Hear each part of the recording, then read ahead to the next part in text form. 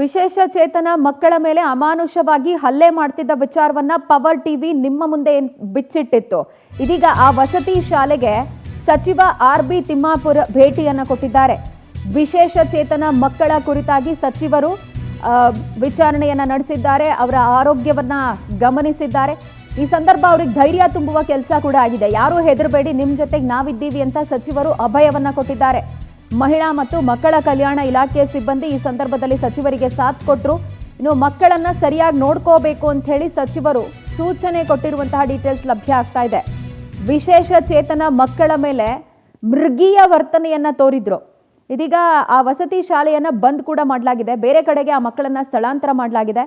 ಇವರನ್ನ ವಿಚಾರಿಸಿದ್ದಾರೆ ಅಬಕಾರಿ ಸಚಿವ ಆರ್.ಬಿ. ತಿಮ್ಮಾಪುರ್ ಅಂಡ್ ಅವರಿಗೆ ಧೈರ್ಯವನ್ನ ಹೇಳಿದ್ದಾರೆ. ಯಾರು ಹೆದರ್ಕೊಳ್ಬೇಡಿ, ನಿಮ್ಮ ಜೊತೆಗೆ ನಾವಿದ್ದೀವಿ ಅಂತ.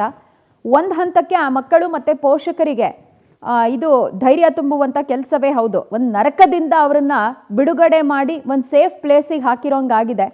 ಬಟ್ ಈ ಹಂತದಲ್ಲಿ ಅವರಿಗೆ ಒಂದು ಮಾರಲ್ ಸಪೋರ್ಟ್ ಬೇಕಿತ್ತು. ಅದನ್ನು ಕೊಡುವಂಥ ಕೆಲಸ ಸಚಿವ ಆರ್.ಬಿ. ತಿಮ್ಮಾಪುರ್ ಅವ್ರ ಕಡೆಯಿಂದ ಮಾಡಲಾಗಿದೆ.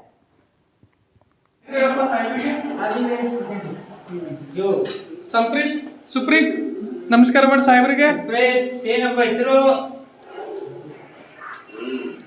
ಏನು ಸುಪ್ರೀತ್ ನಿನ್ನ ಹೆಸರೇನೆ?